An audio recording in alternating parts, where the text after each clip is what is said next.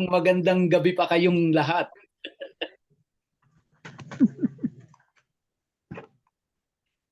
Maganda pa kayo, maganda pa kayo, maganda pa, ano? Maganda pa ho kayo. Maganda pa ho kayo kaysa sa gabi. Ayan, tumama rin. Well, good to see all of you. Even yung iba po ay puro mga pangalan lang nakikita ko dito. Pero alam ko nandiyan po kayo sa inyong mga kanya-kanyang tahanan. At komportable ang inyong kinalalagyan. So sa gabi pong ito, tayo'y magpapatuloy sa pag-aaral natin ng Matthew at nasa ikalawang bahagi na ho tayo ng chapter 20. So siguro po ay maliwanag na sa atin yung nakaraang lesson natin, no, na merong 4 na mga manggagawa na hinire para magtrabaho doon sa ubasan ng isang mayaman. At nakita po natin na mayroong itinuturong prinsipyo ang Diyos doon. So hindi ko na po re-reviewin yon dahil alam ko na natalakay nyo na po sa inyong mga grupo. Kaya tayo po muna ay saglit na manalangin para bago po natin talakayin ang mga susunod na talata sa kabanatang 20 ng Book of Matthew. Let us all pray. Aming Ama at aming Diyos na buhay at makapangyarihan sa lahat, kami po ay tunay na nagagalak sa gabing ito sapagkat muli ay pinagkalooban mo kami ng buhay at kalakasan sa araw na ito. Salamat sa pag-iingat mo sa bawat isa sa amin, 10 ng mga mahal namin sa buhay. Salamat sa pagkalinga mo, paggabay mo sa amin at sa lahat ng biyaya, lahat ng pagpapala na aming tinanggap buhat sa iyo sa araw na ito. At salamat po na muli mayroon kaming opportunity upang kami ay sama-samang magpuri sa iyo, sama-samang mag-aral ng iyong banal na salita. At sa gabi pong ito, hiling namin na patuloy mong bigyan kami ng karunungan, bukas na isipan at kaliwanagan upang aming maintindihan ang aming po mga pag-aaralan sa Gospel of Matthew, in particular sa chapter 20. Sa iyo po ang papuri, aming Amang Diyos.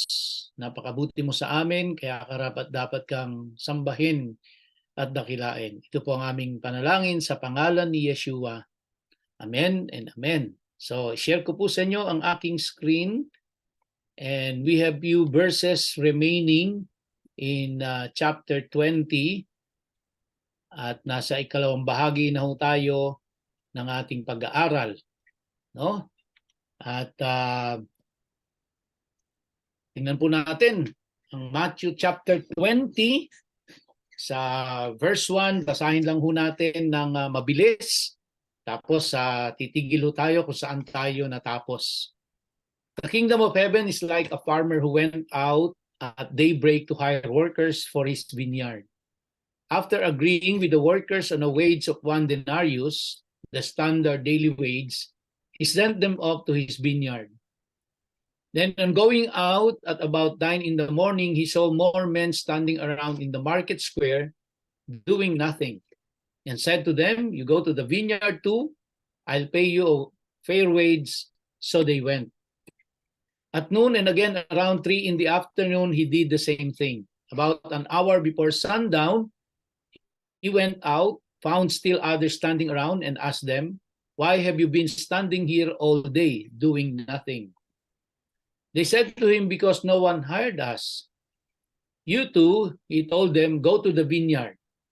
When evening came, the owner of the vineyard said to his foreman, "Call the workers and pay them their wages, starting with the last ones hired and ending with the first." The workers who came an hour before sunset each received a denarius. So the workers who came first expected they would get more, but each of them also received just a denarius. On receiving their wages, they began grumbling to the farmer, "These latecomers have worked only 1 hour, while we have borne the brunt of the day's work in the hot sun. Yet you have put them on an equal footing with us." But he answered one of them, "Look, friend, I'm not being unfair with you. Didn't you agree to work today for a denarius? Now take your pay and go. I choose to give the last worker as much as I am giving you. Haven't I the right to do what I want with what belongs to me? Or do you begrudge my generosity? Thus the last ones will be first and the first last. So dito po tayo natapos at ipagpapatuloy natin sa verse 17. As Yeshua was going up to Jerusalem, he took the 12 Talmidim, or the disciples, aside by themselves and said to them as they went on their way, "We are now going up to Jerusalem, where the Son of Man will be handed over to the head Kohanim and Torah teachers. They will sentence him to death." No? Now, gusto ko lang pong bigyan ng pansin dito yung salitang going up. As Yeshua, sa verse 17, as Yeshua was going up to Jerusalem. So, yun po ay Jerusalem. Now, according ho sa mga Bible scholars, mga theologians, mga Bible teachers, lagi po daw na ang description kapag kapapunta ka ng Jerusalem ay laging going up. Kahit na ikaw ay galing sa lugar na mas mataas kaysa sa Jerusalem, basta papunta ka ng Jerusalem, ay lagi pong ang description ay going up. So dahil yun daw po ay hindi in reference doon sa elevation ng Jerusalem. Hindi po nakabase ito sa taas ng kumbaga po ng location ng Jerusalem.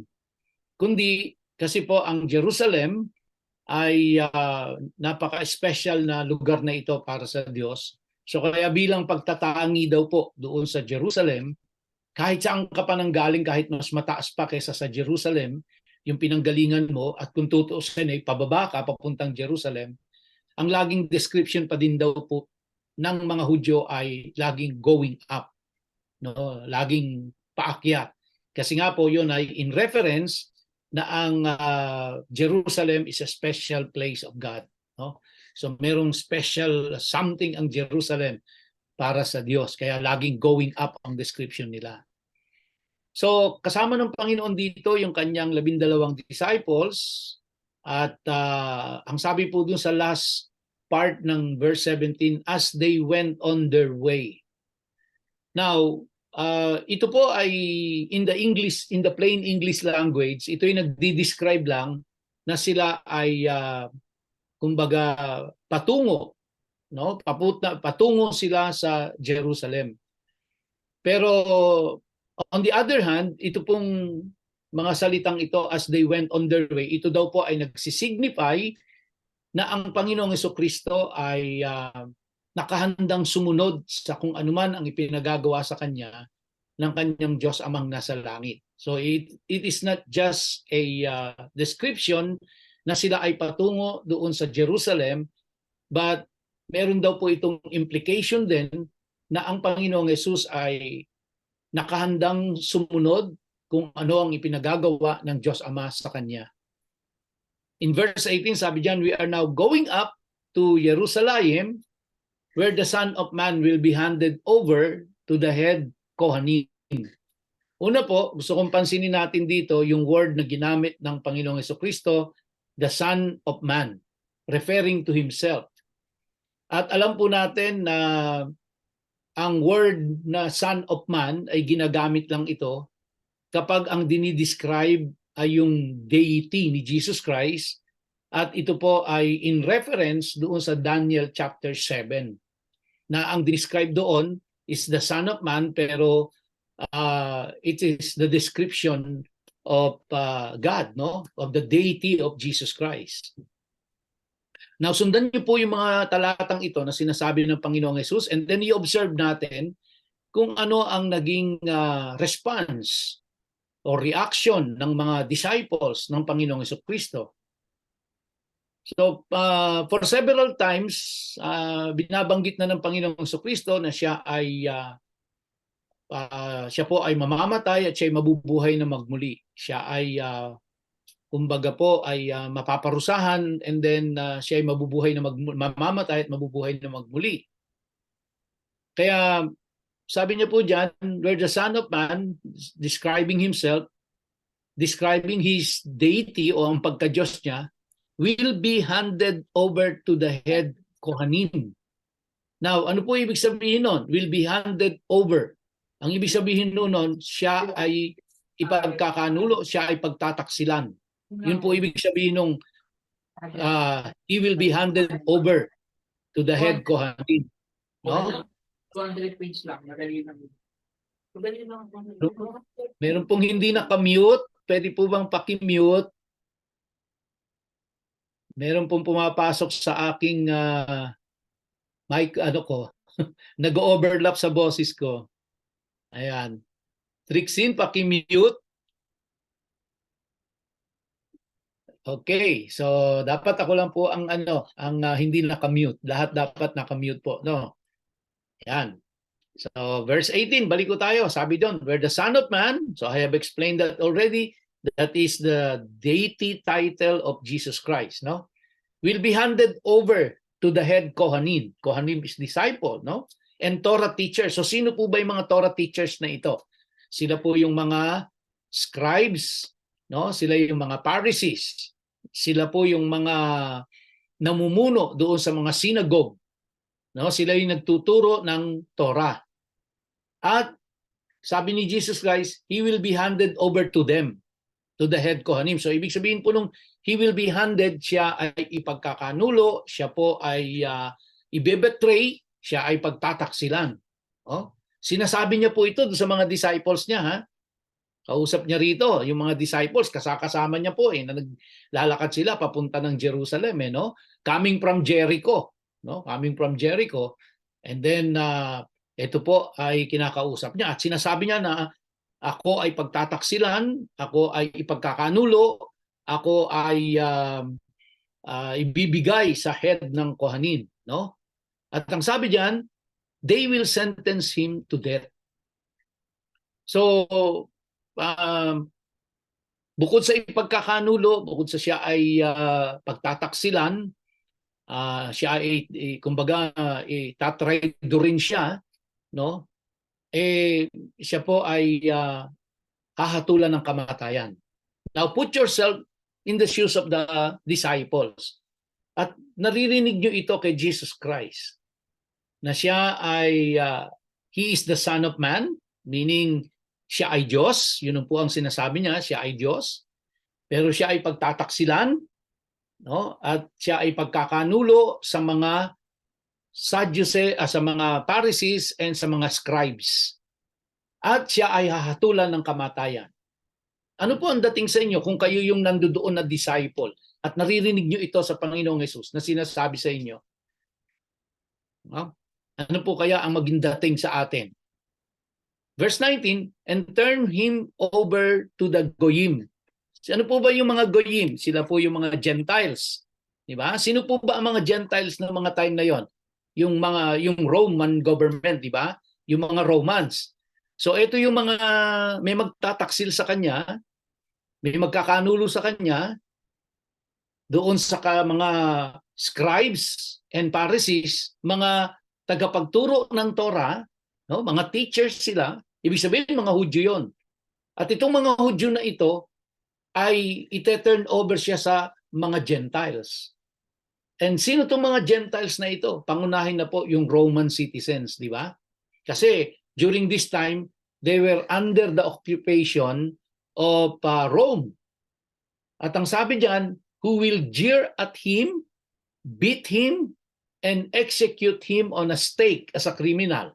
So, maliwanag po, no? Siya ay bubugbugin at siya ay ipapako sa krus na parang isang kriminal. But on the third day, he will be raised. So nasusundan niyo po yung sinasabi ng Panginoong Jesucristo dun sa kanyang mga disciples. At kung kayo po yung nasa kalagayan ng mga disciples, ito ang naririnig niyo sa kanya, ano po kaya ang inyong iisipin? Tayo po, no? Paano kaya tayo magre-react sa Panginoong Hesus sa mga oras na yon? Now remember, this time, ang Panginoong Jesucristo po ay hindi niya pa ipinapakilala ang sarili niya bilang divine, bilang Messiah sa general public. Doon sa kanyang mga disciples, several times na nagbigay na siya ng mga hint, nagbigay na siya ng mga kumbaga po, nire-reveal niya na kung sino siya sa mga disciples niya. Okay? At naniniwala naman yung mga disciples niya sa kanya. Sumusunod sa kanya yung mga disciples sa kanya. No? Pero sa tingin ko po, hindi pa rin talaga lubos na nauunawaan nitong mga disciples niya kung ano talaga ang pakay ng Panginoong Hesus, bakit siya naparito sa lupa. Oh, hindi pa rin masyadong maliwanag sa kanila yon. It seems that their mind is not focused really on what the Lord Jesus Christ was telling them. It seems that their mind is focused on something else or somewhere else. No? Kasi pag dating mo sa verse 20, sabi doon, then Sabdi's sons came to Yeshua, or sila po yung mga sons of Zebedee. Yung Sabdi po rito is the Hebrew name for Zebedee. Then Zebedee, or sons of Zebedee, came to Yeshua with their mother. Sons, ibig sabihin marami.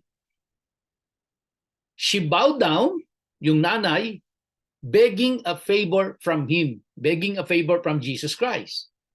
So the sons of Zebedee, pumunta sila with their mother kay Jesus Christ, and then she was begging a favor from Jesus Christ. By the way, meron itong parallel account sa book of Mark sa chapter 10. Ang isa pong kapansin-pansin doon sa account ni Mark na pagkakaiba niya dito sa Matthew, doon po sa account ni Mark, hindi po kasama yung nanay. Walang nanay na binanggit. Ang binanggit po doon ay yung magkapatid, pero hindi kasama ang nanay. Pero dito po sa Matthew, kasama yung nanay, at yung nanay mismo ang humihingi ng pabor para sa kanyang mga anak kay Jesus Christ. Sa Marko, hindi ganon. Sa Mark, ang humihingi ng pabor sa kanya, yung magkapatid. So, kung sino man po ang tama sa kanila, maaring parehas silang tama. No? Kay Matthew, nandoon yung nanay, at saka yung magkapatid. Kay Mark, nandoon din yung nanay, pero ang hindi binigyan ng emphasis yung nanay, yung binigyan ng emphasis yung mga anak. Okay? Sabi po sa verse 21, he said to her, sabi ni Jesus Christ doon sa nanay, what do you want? She replied, promise that when you become king, these two sons of mine may sit, one on your right and the other on your left. Ito po yung sinasabi ko sa inyo kanina, no? Na ito si Jesus Christ, galing silang Jericho, papunta sila ng Jerusalem, and along the way, sinasabi ng Panginoong Jesucristo sa kanila, actually inuulit na lang ng Panginoong Hesus sa kanila yon eh. Kasi binanggit niya na yon in the previous in the previous chapters. Pero it seems nga po, wala doon ang focus nila eh. Ang focus nila is somewhere else eh. At dito makikita natin that even the nanay ay wala ang isip talaga sa kingdom of God, no? Sa kingdom living. Kasi ang hinihingi niyang pabor dito, sabi niya, pangako mo sa akin na kapag naging hari ka, yung dalawa kong anak, yung isa pauupuin mo sa kanan at yung isa pauupuin mo sa kaliwa. Well, kasi nung time po nila, if you are the king, at may mga taong nakaupo sa kanan mo at sa kaliwa mo, yung nakaupo sa kanan is pangalawa sa pinakamakapangyarihang tao doon sa kanilang nasasakupan. At yung nasa kaliwa is pangatlo sa pinakamakapangyarihang tao sa kanilang nasasakupan. So ang thinking po ng nanay dito ay she was not thinking about the kingdom of heaven. She was thinking about yung earthly kingdom. She was not thinking about heavenly kingdom. Wala doon ang focus niya. Nasa lupa. No? Now, pag tiningnan natin yung account sa Mark, Wala kasi yung nanay doon, yung magkapatid lang, na mga disciples ni Jesus Christ. So makikita natin, even the disciples na sa panahon natin ngayon, sila ay ating hinahangaan, sila ay ating, kumbaga po, ine-emulate or ginagaya, sikat sila sa mga simbahan dahil sila ay mga disciples ni Jesus Christ. Pero pag tinignan natin, even yung mga disciples ni Jesus Christ who walk with Him here on earth, the focus was not on the kingdom of heaven, the spiritual kingdom. Their focus was here on earth. So ang tinitingnan dito, si Jesus Christ, darating yung time, magiging hari siya ng Israel. At maitataboy ang mga Romans, yung mga nag-occupy sa kanila, no? Mapapalayas 'yon at tatanghaling hari ang Panginoong Hesus. Kasi nga during that time, Jesus Christ was so popular dahil sa kanyang mga pagpapagaling, dahil sa kanyang mga pagtuturo ng Torah. So, kaya marami siyang followers. Kahit saan-saan, kahit na malalayong lugar, dinadayo siya kung nasaan siya, sinusundan talaga ang Panginoong Hesus. So, kaya inaakala ng mga taong ito na ito na ang susunod na hari ng Israel. Pero they were thinking of the earthly kingdom. They were not thinking about the heavenly kingdom. So ito na yung papalit kay David na mag-unite ulit sa buong Israel. Kaya itong nanay, no, lapit siya kay Jesus Christ, ina-anticipate niya na kumbaga po sa panahon natin ngayon ay ito ang siguradong mananalong presidente. Kaya didikit na ako dito dahil ito ang magiging susunod na presidente. Ilalapit ko na yung aking mga anak. Ipapadrino ko na yung mga anak ko para maposisyon sila sa gobyerno. So yun po ang thinking ng mga tao dito, ng mga time na yon. Kaya makita nyo, no, malayong-malayo po doon sa kaisipan ni Jesus Christ. Kasasabi lang ni Jesus Christ sa kanila na siya ay ipagkakanulo, siya ay may magtataksil sa kanya at siya ay isusuko sa mga leaders, no? Sa mga Pharisees and scribes sa synagogue, at itong mga Pharisees and scribes na ito, isusuko naman siya sa Rome. At siya ay pagtatawanan, siya ay hahamakin, siya ay parurusahan, siya ay ipapako sa krus. No? Kaya sabi diyan, he will be mocked, he will be flogged, no? He will be crucified. Yun ang sinasabi ni Jesus Christ. Pero sabi niya, on the third day, I will rise again. Pero wala ho dun yung focus ng mga tao, ng mga disciples, pati yung nanay. Ang focus is, yun nandito sa earthly kingdom. But Yeshua answered, you people don't know what you are asking. Can you drink the cup that I am about to drink? They said to him, we can. Excuse me po, meron pong nag-annotate sa aking screen. Paki-disable nga yung nag-annotate.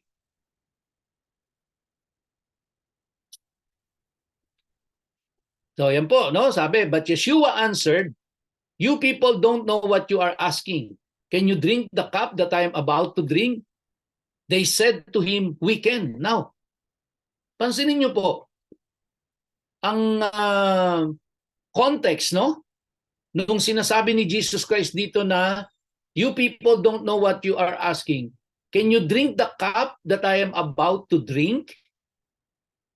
In reference po doon sa kanyang unang sinabi, na ang context ng kanyang sinabi, he will be mocked, he will be flogged, he will be crucified. No? Yun po yung binabanggit ni Jesus Christ dito, can you drink the cup of suffering that I am about to drink? Pero tingnan niyo po naging sagot nila, we can. Now, do you think kung naiintindihan nila yung sinasabi ni Jesus Christ na they will be mocked, they will be flogged, or he will be mocked, he will be flogged, and he will be crucified? Tingin niyo po ba ang magiging sagot nila ay we can?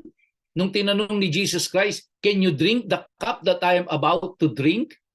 So, madalit salita po, hindi ang nasa isip ng mga disciples ay hindi yung sinasabi ni Jesus Christ that he will be mocked, he will be flogged, he will be crucified. Kasi alam ho nila kung ano ang ibig sabihin ng crucifixion. Nasaksihan nila yun, na-witnessan nila yun. It's a terrible, terrible form of punishment. It's very painful.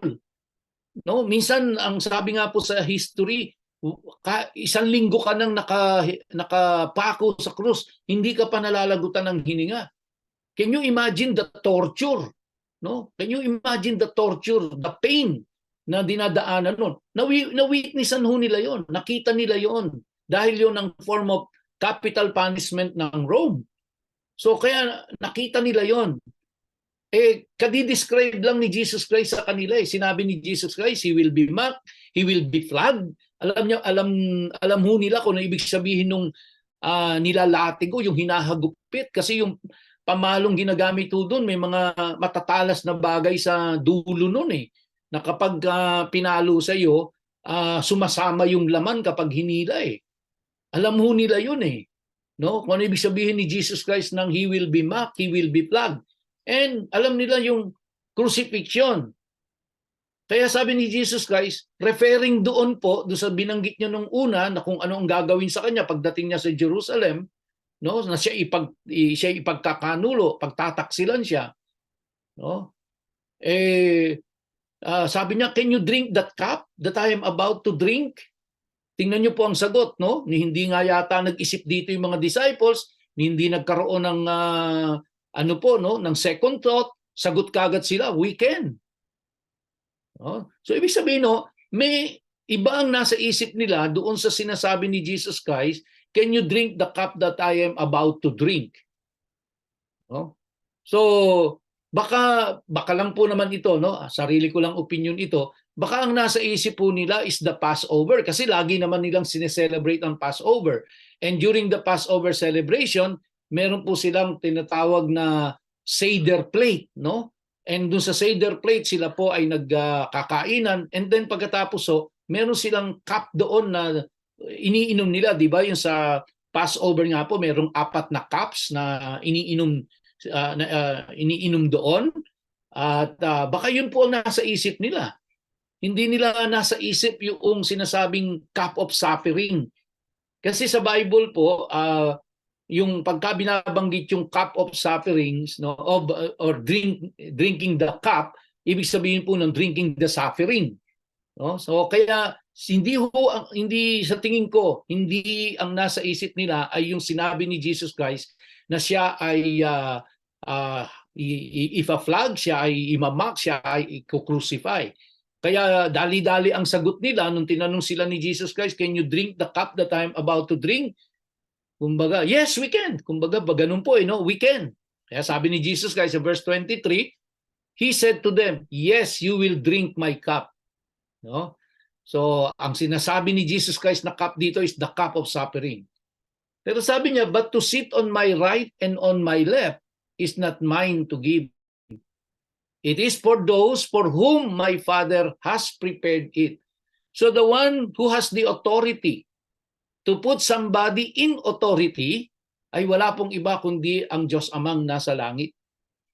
Hindi natin ina-appoint ang sarili natin. Kundi ang Diyos ang nag-a-appoint. Siya ang merong authority to do that. So sabi ni Jesus Christ sa kanila, okay, so total sinabi nyo, you can drink my cup. Sige, you will drink my cup.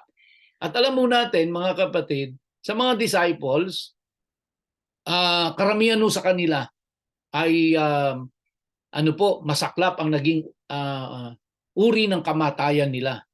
No, parang talagang nagkatotoo itong sinabi ni Jesus Christ, you will drink my cup. Dahil katulad si Peter, he was crucified, di ba? Kaya lang, upside down. Kasi sabi ni Peter, hindi ako pwedeng ipako ng katulad ng master ko. Kaya nagpapako siya ng patiwarek. And sila po ay nakulong at merong nilagari sa gitna, meron pong hinati sa gitna, no? Yung bubang ang ginagawa po doon ay itinitiwarik, pagkatiwarik sa kanya, tapos doon po sa pagitan ng kanyang dalawang paa, doon po siya nilalagari, no? Hinahati yon hanggang sa ulo. Ganun ka lupit ang inaabot nila ng araw. So sabi ni Jesus Christ, to sit on my right and on my left is not mine to give. It is for those for whom my Father has prepared it. Pansinin niyo po yung verse 24. Na when the other 10 heard about this, so 12 sila no?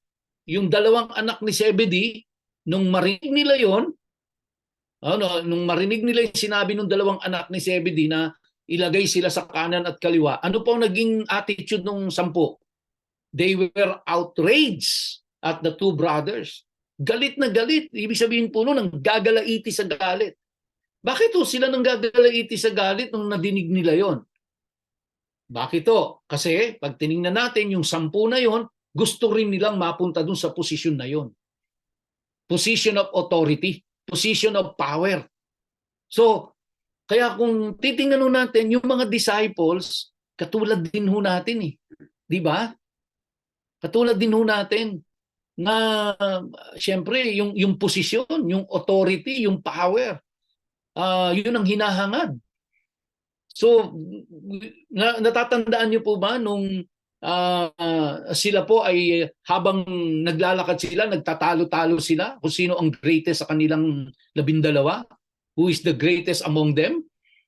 Di ba? So, sa pasimula pa lang makikita na natin na itong mga disciples na ito, meron ding may power trip din Gusto ring mapunta sa posisyon Gusto ring sila ang leader, sila ang makapangyarihan hanggang ngayon kahit naman sa simbahan, yan pa rin ang pinag-aawayan Yung malagay sa posisyon, malagay sa kapangyarihan, malagay siya sa sa power.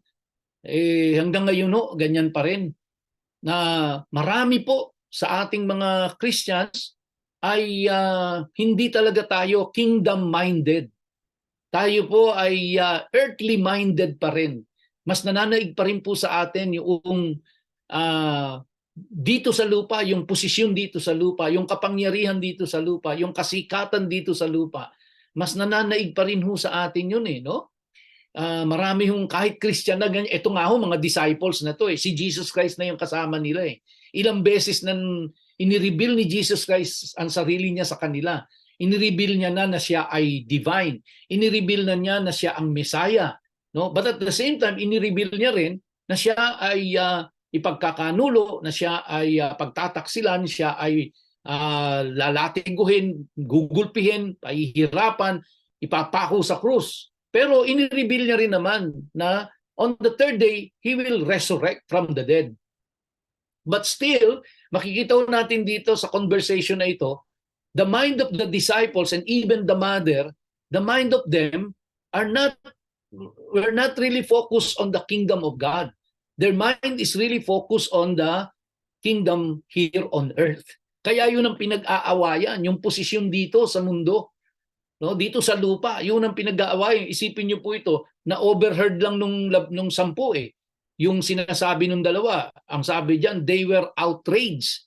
Ibig sabihin talagang nanggagalaiti sa galit tong 10 na ito dun sa magkapatid. But ano yung kinagagalit nila? Bakit sila galit na galit? Kasi hindi sila makapayag na itong dalawang ka-level lang nila ay malalagay doon sa place of authority, malalagay doon sa place of power and influence. And syempre kapag nandoon ka, lahat ng perks, no? Lahat ng privilege, lahat ng benefits, ikaw ang makikinabang. So, kaya itong mga disciples na hinahangaan natin sa Bible, kung titingnan natin, kaparehas din lang natin, no? Ganon din ang kanilang mga attitude. So kaya pwede nating gamiting salamin sila at makikita natin ang sarili natin sa kanila. Kasi ganito rin tayo. No? Aminin man natin o hindi, may mga ganitong attitude din tayo katulad nila. No?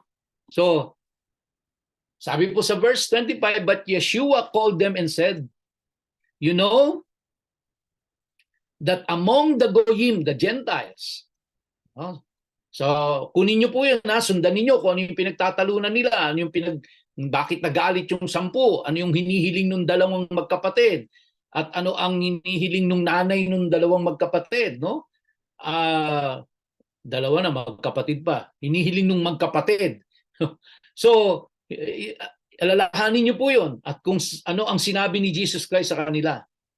So kaya to teach them a lesson, because kumbaga ang parang focus nila is not really on the kingdom of God eh. Ang focus nila is the kingdom here on earth, yung earthly, no? Kaya sabi ni Jesus Christ sa kanila, you know that among the Goyim, referring to the Gentiles, and of course, who were the Gentiles during that time, no? Kasama nila doon. Walang iba kundi yung Rome na nag-occupy sa kanila. Sabi niya, you know that among the Goyim, those who are supposed to rule them become tyrants. Naging dictator, sabi diyan, and their superiors become dictators. Naging malupit, no? Yung mga earthly leader na yan, mga ruler na yan, sila ay mga naging dictator, sila ay naging malupit. No? So, yan ba ang gusto nyo? Gusto nyo maging ruler dito sa earth? Oh, ito ang example. Tingnan niyo yung mga robe, yung Gentiles, no? Anong ano nila? Naging mga tyrant, naging mga dictator, naging mapang-abuso. Di ba? Hindi naman tiningnan talaga ang kapakanan ng tao. Ang tiningnan ay ang kanilang sariling kapakanan. Kaya sabi nung verse 26, among you, it must not be like that. Kasi pinag-aawayan nila yung posisyon sa lupa eh. Ito ang nakita nyo. Ito yung mga nanunungkulan dito sa lupa, naging dictator, naging tyrant sila, naging malupit sila. Di ba? Kaya sabi niya, it must not be like that among you. On the contrary, ito ang prinsipyo ng Diyos. You want to be great? Sabi ng Panginoon, you want to be the leader?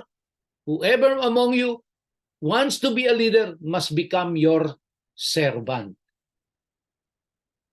So that's God's principle. Gusto mo maging great? O, maging servant ka. Gusto mo maging leader? O, maging servant ka. Maglingkod ka. No? Maging servant ka. First, no? last ka. Yan. Oo, tama. Yun yung principle na iniwan sa atin last week, eh, no? Gusto mong maging una, then doon ka sa huli. Kasi yung nasa huli, ang nauuna. Yung nasa una, yun ang nauhuli. Di ba? So, ngayon, gusto mong maging una, o punta ka sa huli. Ano ba yung sabihin nung napunta sa huli? E di servant ka ng lahat. O pag servant ka ng lahat, sa paningin ng Diyos, una ka. Di ba? Sa paningin ng Diyos, ikaw ang great. Hindi yung mga nasa ibabaw mo. Hindi yung mga pinaglilingkuran mo. Di ba? Yun ang prinsipyo ng Diyos. Yun ang tinuturo sa atin. You want to be great? O di maging servant ka. Gusto mo maging leader? O di maging servant ka. Gusto mong ikaw ang mauna? Eh doon ka sa huli. Di ba? Parang talaga ang hirap sundin. Ano? Hirap doon talaga sundin. Sabi dyan, verse 27, and whoever wants to be first must be your slave. Pambira, di ba? Oh, must be your slave. And whoever wants to be first must be your slave. Yan, maging servant ka. Tingnan nyo po, ito ngayon. Pinakita niya ni Jesus Christ kung ano yung mga ruler dito sa mundo. Sino sila? Mga dictator, mga tyrant, mga abusado sa kanilang kapangyarihan, mga mapagsamantala, di ba? Pinagsasamantalahan ng kanilang mga kawawang naghihirap na mga kababayan. At iniintindi lang nila ay ang sarili nilang kapakanan. Kaya takot silang matanggal sa pwesto. Kaya gagawin nila ang lahat, manatili lang sila sa poder. Di ba? Sukdulang pumatay ng tao. Sukdulang mandaya, mapunta lang sila sa poder dahil anong hinahabol nila? Kapangyarihan, no? Kasikatan, yung kayamanan, nandoon eh. Nandun lahat yun eh. Pero sabi ni Jesus Christ, whoever wants to be first must be your slave. Tapos binigyan niya ngayon, ang ibinigay niyang example ngayon yung sarili niya. Sabi niya, for the Son of Man did not come to be served, but to serve. Can you imagine that? No?